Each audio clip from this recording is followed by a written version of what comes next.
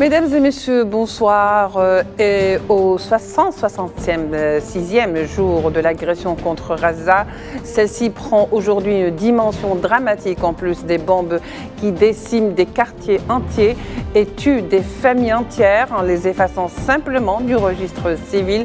S'ajoute l'autre technique perverse de l'épuration ethnique en bonne et due forme, à savoir affamer la population jusqu'à ce que mort s'ensuive. Sur le terrain, l'horreur sioniste se poursuit, les espoirs d'une trêve s'amenuisent et la diplomatie se redéploie. Celle américaine en l'occurrence, Anthony Blinken, reprend ses tournées de plus belle au Moyen-Orient pour tenter de trouver une issue à la guerre. Enfin, une issue qui est une ouverture ou une résolution. C'est peut-être aller trop vite en besogne, mais voyons ce qu'apporte Blinken dans ses valises pour ces Palestiniens cette fois. Retour sur la question tout de suite.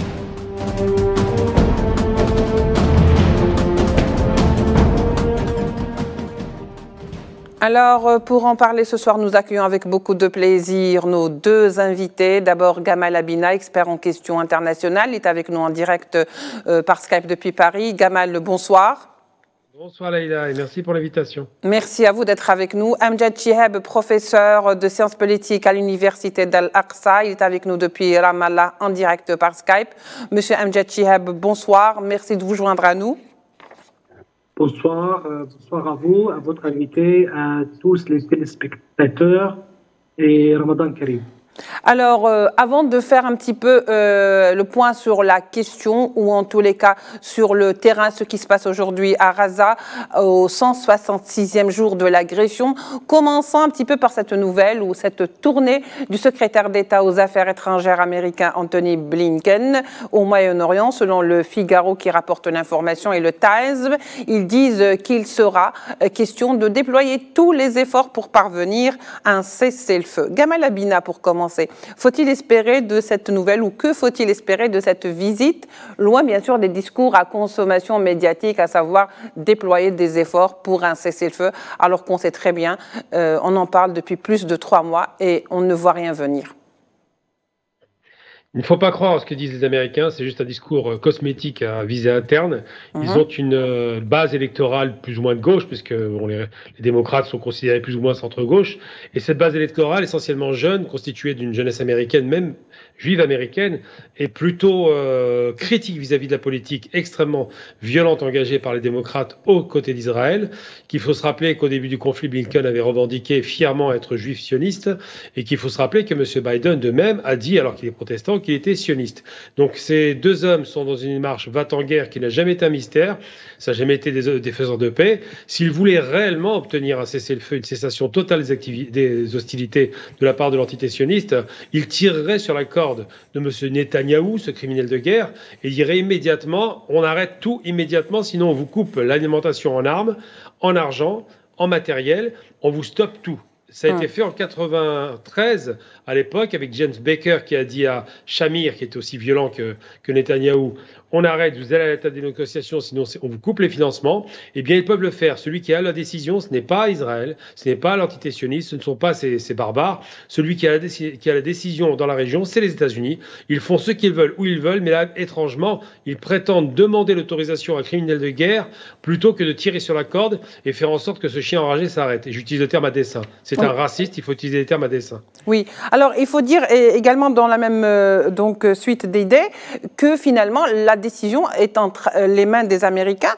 Pourquoi ces Américains ou pourquoi les États-Unis aujourd'hui est en train d'essayer de faire un discours où ils parlent de négociations, ils parlent d'une deuxième tournée de Blinken, alors qu'on sait très bien que les premières tournées n'ont pas vraiment donné le résultat escompté. C'est pour ne pas dire que c'était carrément un fiasco aujourd'hui. Alors qu'est-ce qui dit qu'aujourd'hui Anthony Blinken, qui savent aujourd'hui son pays sait où gît le problème et continue quand même à dialoguer ou à avoir des négociations avec l'Arabie Saoudite, avec l'Égypte et avec Israël. Dans ces cas-là, quel nouveau ou quel rapport ou quel apport ajouté, Amjad Chihab apportera cette visite ou cette tournée de Blinken? Faut-il en attendre gros ou rien? À mon avis, ils ont un certain objectif. Il y a deux niveaux. D'abord, ils ont décidé de retarder l'offensive terrestre à la ville de Rafah pour plusieurs raisons. Et l'objectif pour eux, c'est affaiblir encore le mouvement de la résistance palestinienne Hamas et le djihad islamique et aussi aller jusqu'à le niveau d'éradiquer et désarmer complètement la bande de Gaza. Ils sont d'accord avec l'autorité palestinienne, ils sont d'accord avec certains pays arabes dans cet objectif pour éviter une véritable massacre à une grande échelle à la ville de Rafah pour la quantité de la population. On parle de 1 million et 400 000 Palestiniens dans une superficie qui ne dépasse même pas 50 km². Et toutes les statistiques donnent qu'il y aura énormément de Palestiniens tués s'il y aura une offensive terrestre.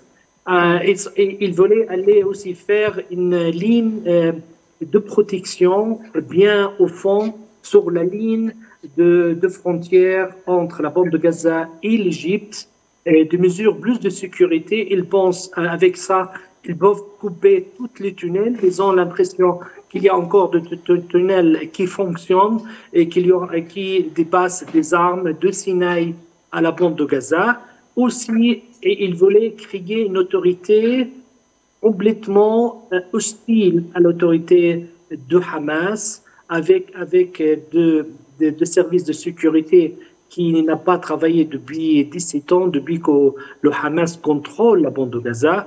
Ils ont certains objectifs pour essayer de terminer cette guerre en faveur des États-Unis ou en faveur d'Israël, de gagner cette guerre par plusieurs moyens et non par utiliser toujours la violence et le bombardement qui n'a pas abouti à un résultat concret jusqu'à maintenant. Surtout les deux objectifs décidés par le gouvernement d'extrême droite fasciste de Netanyahou, c'est libérer les otages.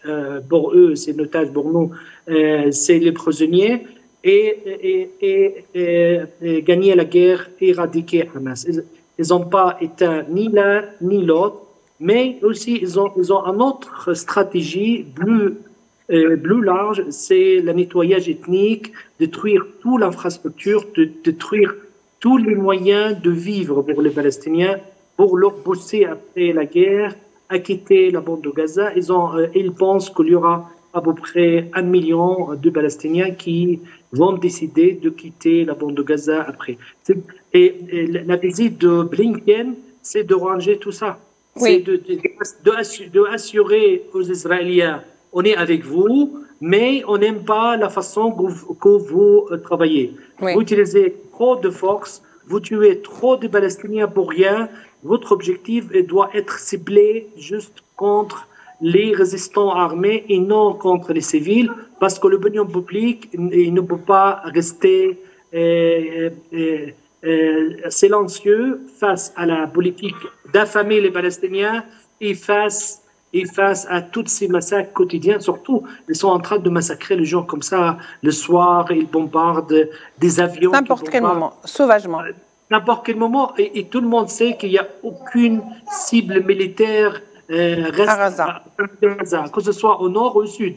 Le bombardement juste cibler les civils et tuer au moyen chaque jour 100 Palestiniens tués par jour. Alors, c'est le nombre équivalent de prisonniers sionisme entre les mains de la résistance palestinienne. Vous parlez d'otages.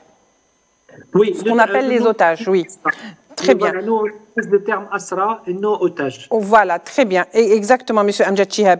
Alors, voilà, il y a 3 points principaux sur lesquels se sont appuyés, en tous les cas, s'est appuyé Anthony Blinken lors de cette visite. À savoir, il est porteur, ou l'essaie en tous les cas, de faire un cessez-le-feu ou d'obtenir un cessez-le-feu d'au moins 6 semaines.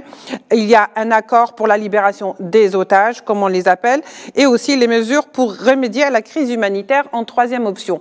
Alors, Gamal Abina la première tournée de Blinken au début donc, de l'agression contre Gaza portait à peu près les mêmes, si vous voulez, clauses ou conditions. Peut-être il fallait rajouter la famine parce qu'à l'époque, ou en tous les cas quand ça avait commencé, il n'y avait pas encore la menace de famine, le spectre de la famine qui menaçait donc la région. Aujourd'hui, il y a cet aspect. Alors, comment Anthony Blinken va-t-il obtenir quelque chose de nouveau alors qu'il revient avec les mêmes conditions et que c'est les mêmes conditions qui sont posées? Qu'est-ce qu'on essaye de faire finalement? Est-ce qu'on est en train de frapper du Palestinien et ensuite on revient avec les mêmes conditions? Est-ce qu'il va accepter? Non, il n'a pas accepté. On revient avec les mêmes conditions et on frappe encore du Palestinien. Ça s'appelle un discours homéopathique. C'est un hypocrite. J'utilise le terme à dessein. Cet homme ne s'intéresse absolument pas à la centaine de Palestiniens en moyenne tués par jour. Au démarrage, c'était 300 en moyenne par jour. Ça a un peu baissé. Évidemment, ils ont tellement détruit dans le Nord. Il faut savoir qu'un criminel de guerre, tout le monde l'appelle criminel de guerre parce qu'il fait des crimes de masse, Netanyahou, donc le raciste qui est au pouvoir. Il faut rappeler à chaque fois que c'est un raciste parce qu'il utilise des termes en disant que les Arabes sont les animaux humains, les Palestiniens sont les animaux humains. Donc il faut utiliser le terme de raciste vis-à-vis d'un fan de Mussolini, dont le papa était un admirateur de Mussolini. Il faut se rappeler d'où viennent ces gens-là. Eh bien, ce monsieur ne veut pas la paix, évidemment, depuis toujours. Il ne veut pas d'État palestinien. Il veut éradiquer la présence palestinienne qu'il ne considère même pas comme étant palestinienne, mais arabe. Et de l'autre côté, on a Blinken qui vient mollement faire croire qu'il tente une médiation sans la moindre pression. La pression serait financière et militaire, mais il ne le fait pas. Il vient hypocritement faire croire qu'il veut proposer ses bons offices. Tout ça, c'est de la plaisanterie, ça n'est pas sérieux. Il faut bien comprendre que d'ailleurs, de la part des Américains, de jouer les bons offices, quand on sait qu'ils ont assassiné 3 millions d'Irakiens pendant 30 ans, c'est quand même particulier. Mais à côté de ça, les Américains ont une grande tradition de génocide, puisqu'ils ont assassiné le peuple indien, et aujourd'hui, ils voient un petit peu les Palestiniens comme les Indiens du Moyen-Orient. C'est-à-dire que d'en tuer un ou 1000, c'est pareil. Une vie ne vaut pas une vie. Ils utilisent le terme d'otages, alors qu'aujourd'hui, les otages ont tous été libérés. Ce qui reste, ce sont des soldats, donc des prisonniers de guerre. Il faut être précis. Les prisonniers qui actuellement, ce n'est pas des femmes et des enfants, enfin, il y a des femmes soldates, mais ce ne sont pas des civils, ce sont des prisonniers de guerre qui sont négociés, et ils négocient une quarantaine de prisonniers femmes jeunes pour obtenir effectivement une baisse de pression. Le problème, c'est que le Hamas a compris que les 6 mois ou 4 semaines proposées de stop, d'arrêt des hostilités provisoires reprendront après pour le rasage total de Gaza. Absolument. Vous imaginez une chose gravissime. Cette armée ne fait pas la guerre seulement avec des avions alors qu'il n'y a pas d'aviation en face ou de DCA, donc aucun risque. Elle fait aussi la guerre avec des bulldozers. Depuis quand une armée, digne de ce nom, envoie des bulldozers pour détruire les infrastructures? Ça n'est jamais arrivé jusqu'à présent. Ouais. Toutes les guerres qui se faisaient, même l'Ukraine actuellement, il n'y a pas de bulldozer. Seuls les sionistes ont été capables d'inventer ce système pour dire nous allons rendre ce territoire non habitable. L'objectif étant, effectivement, ça a été dit par l'interlocuteur, effectivement, l'objectif, c'est de faire du nettoyage ethnique, de nettoyer le territoire de ses propriétaires légitimes pour installer des colons. Parce que ces colons viennent d'Europe et veulent coloniser une terre arabe, musulmane, juive et chrétienne, mais arabe. Oui, très bien Gamal Abina. On l'aura compris donc, rien de nouveau dans les valises de Anthony Blinken. En tous les cas, rien de ce qui a déjà été proposé, vu et revu par les intermédiaires dont cette guerre contre Gaza. Amjad Chihab, il y a également le fait qu'aujourd'hui, beaucoup de techniques ont été utilisées, des techniques d'épuration ethnique à Gaza par l'entité sioniste. Donc, hormis les bombardements, il y a aussi cette façon d'affamer la population et bien entendu d'essayer un petit peu de les assoiffer pour les pousser à peut-être quitter ce qui reste du pays.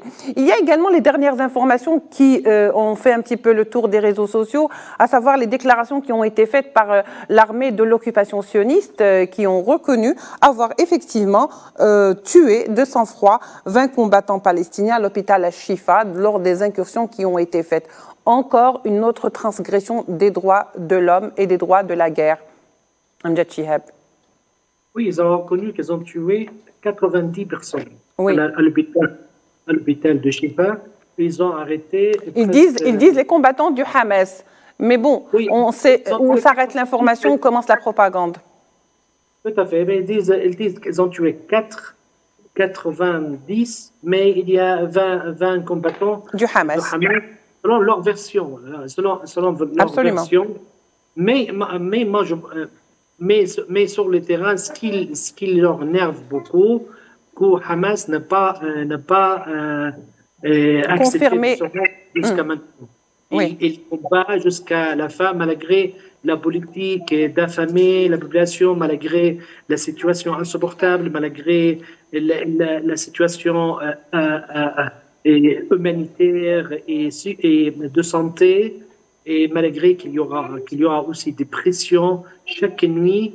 Et les habitants, ils s'allongent par terre, ils pensent qu'ils vont être ciblés. On parle presque de 2 millions de Palestiniens et ils vivent la mort chaque nuit. Ils pensent qu'ils vont être tués chaque nuit, en imaginant combien de fois les conditions de vie de ces habitants. Et malgré tout ça, ils n'arrivent pas à comprendre comment ces habitants résistent et ils sont toujours debout et ils continuent de résister. Ils n'ont pas compris pourquoi ces habitants ne se sont pas révoltés contre la résistance palestinienne pour sauver leur vie. Et c'est ça qui arrive pas, ni les journalistes sionistes, ni les experts politiques et militaires à comprendre comment ces gens ils ont résisté à ce niveau, malgré que les pays arabes, les États arabes, ils n'ont pas pu résister contre l'armée israélienne en 56, par exemple, oui. En 48, en 67, et qu'ils ont demandé un cessez-le-feu, et ils ont accepté de signer les conditions de gens qui s'étaient battus par des batailles qui n'ont pas duré quelques jours. Et c'est ça oui.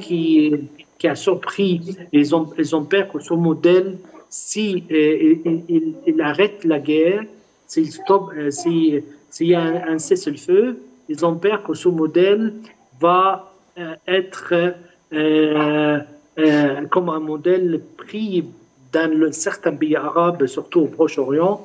Ça, c'est une grande inquiétude. C'est pour ça qu'il insiste sur le fait de continuer dans la même politique jusqu'à au moins que les résistants palestiniens cessent et ils se rendent. Et ça, oui. Jusqu'à maintenant, c'est pas fait. En fait, ils veulent que Gaza, que les autres tirent une leçon, que ce soit une leçon pour toutes les populations qui peut-être seraient tentées de faire comme ce qui vient d'être fait le 7 octobre. Gamal Abina, alors le Canada vient d'annoncer qu'il cesserait ses livraisons d'armes donc à l'entité sioniste. Au fait, dans l'ensemble, cette information de prime abord est une bonne information parce que c'est une initiative louable que peut-être d'autres pays devrait suivre, puisque c'est suivi des faits, mais en même temps, ce sont des pays qui avouent quelque part implicitement qu'effectivement, ils livraient l'entité sioniste en armes pour tuer des Palestiniens. J'ai envie de dire que 5 mois après, c'est quand même extraordinairement honteux de leur part. Au bout de 3 jours de barbarie et d'assassinat de civils, si c'était une vraie démocratie, et Trudeau n'est pas à la hauteur évidemment, ils auraient immédiatement fait boycott, d'ailleurs comme tous les pays le font, on l'a fait avec la Russie, on le fait avec des pays en guerre, à chaque fois c'est immédiatement blocage des armes, on l'a fait en Irak, on l'a fait en Libye, on le fait un peu partout, mais il se trouve que cet enfant chéri de l'Occident, ce petit monstre qu'ils ont créé toute pièce, dirigé par un raciste, je le répète systématiquement c'est un raciste, faut pas hésiter, eh bien il est alimenté en armes, de l'Occident parce que c'est bien le bras armé de l'Occident au Moyen-Orient, c'est bien une base avancée comme le disait Theodore Herzl, et cet homme est toujours soutenu. Alors évidemment, Trudeau est en difficulté parce que le Canada, les populations ne sont pas d'accord. Les populations du monde entier, il faut le rappeler, manifestent contre l'État sioniste, contre cette barbarie. Parce qu'ils ont compris que le 7 octobre, qui est une opération militaire qui a pu déraper, c'est possible, mais une certitude, c'est que c'est une opération d'une explosion de la cocotte minute palestinienne. Ils ont compris que cette opération est un échec sécuritaire de la part de l'entité sioniste. Ils ont compris que leur petit monstre qui croyait pouvoir écraser un peuple entier n'est pas parvenu. Ils ont compris que les stratégies de guerre du Hamas sont celles du Vietnam. C'est la même technique, s'enterrer sous le sable pour ne pas être tué par l'aviation. Et ils ont compris que le peuple palestinien, qui est un peuple arabe, fait partie de ces peuples arabes qui ont toujours eu la dignité de combattre et de garder la tête haute sans jamais accepter la soumission. Donc effectivement, ils n'ont pas cassé le moral de la Palestine, ils n'ont pas cassé cet idéal arabe de libération, d'indépendance et de dignité qui a présidé à l'empire arabo-musulman. Et aujourd'hui, ils ne savent plus comment faire. Donc l'échec sécuritaire est consommé, la barbarie, elle, est au rendez-vous. Je vous donne un exemple très concret. Si vous regardez les bombardements, ils envoient des bombes qui atomisent littéralement des immeubles, qui les font s'effondrer sur eux-mêmes. C'est vous dire un peu la puissance des bombes. C'est des bombes de 1 tonne sur des populations civiles. La lâcheté de ceux qui bombardent du ciel, qui ne seront jamais atteints, effectivement, est aussi au rendez-vous. Mais quand on arrive sur le théâtre du terrain, du réel, donc du combat d'homme à homme, là, bizarrement, quand ce n'est pas des cailloux qui arrivent, mais des balles, ils se cachent, ils ont peur, ils n'arrivent pas à faire face. Et j'ai envie de dire que l'objectif de l'entité sioniste, comme en 67, c'est qu'ils espéraient écraser les Palestiniens en 6 jours. On est à 160 jours de plus, c'est un échec. Chaque jour de résistance palestinienne avec effectivement des coups rendus, chaque jour de soutien des Houthis, des Irakiens, des Syriens, des Libanais, chaque jour fragilise les dictatures qui ont accepté de faire la paix avec l'État sioniste. Et le problème aujourd'hui, c'est pas de savoir s'ils vont gagner contre les Palestiniens. Le problème aujourd'hui, c'est que les peuples arabes, tous, sont très en colère vis-à-vis des dirigeants qui ont accepté de signer une paix séparée honteuse avec les sionistes sur le dos du peuple de Palestine. Merci Gamal. Amjad Chihab, je me tourne vers vous, je termine aussi avec vous. Amjad Chihab, alors depuis le début de cette agression sauvage et injuste sur Gaza, il y avait une réaction. Aujourd'hui, la situation est vraiment dramatique. On pensait en finir avec Gaza et ses habitants. Aujourd'hui, on se rend compte, ou l'entité sioniste se rend compte que finalement, elle fait face à un mur. Qu'est-ce qui donne cette invincibilité aujourd'hui contre cette chute de Gaza en dépit de toute cette déconstruction de la ville? Amjad. Oui, il se base parce qu'il a un gouvernement solide, il se base parce qu'il a la majorité de sionisme, il préfère continuer cette guerre, il se base sur la faiblesse, la division, le paralyse du monde arabe. Il se base sur le feu vert de l'Occident et surtout les Américains, sous prétexte de temps en temps de certaines critiques. Il ne faut pas toucher beaucoup de civils, il ne faut pas tuer beaucoup de civils, mais il faut continuer la guerre jusqu'à éteindre les objectifs. C'est pour cela et ça continue. Il n'y a que des civils à Gaza, il n'y a pas une armée. Non, il n'y a pas d'armée, il n'y a que des civils. Donc, même s'il parle les combattants de Hamas, le combattant de Hamas ne dépassera même pas 10 000, 15 000 personnes. Mais la majorité... Ça reste des civils. Il y a tout le monde des civils. Ils ne savent même pas se protéger. Et cette hypocrisie, cette crise d'immoralité, non justement juste pour le sionisme, mais c'est une crise d'immoralité pour le comité international. Et on vit, nous, sur un test de humanité, un test complètement raté, de protéger même le sens de dignité humaine, de laisser faire ce sionisme, de massacrer de telle façon les Gazaouis. C'est imaginable. Les choses qu'on n'a jamais cru que ça peut répéter après ce qu'ils ont fait les nazis au Deuxième Guerre mondiale. Aujourd'hui, on le voit en direct chaque jour sur nos portables. Et on est paralysé, on ne sait pas quoi faire avec un monde hypocrite, avec des systèmes de monde arabe fragiles, faibles et incapables de faire quelque chose. C'est ça le plus dur. Le plus dur à supporter. Oui, merci beaucoup Amjad Chihab pour toutes ces explications. Effectivement, on a l'impression que lorsque l'agression avait commencé sur Gaza, que c'était juste une question de temps, comme disait donc Gamal Abina, et on se rend compte que devant la détermination des Palestiniens, la donne a complètement changé. Amjad Chihab, je vous remercie d'avoir été avec nous. Je rappelle que vous êtes professeur de sciences politiques à l'université Al-Aqsa. Donc à Ramallah, vous étiez en direct avec nous de Ramallah, effectivement. Gamal Abina, vous êtes expert des questions internationales. Merci d'avoir répondu à nos questions. Merci à vous de nous avoir suivis. On se retrouvera demain pour un nouveau numéro de l'Échiquier international. Au revoir.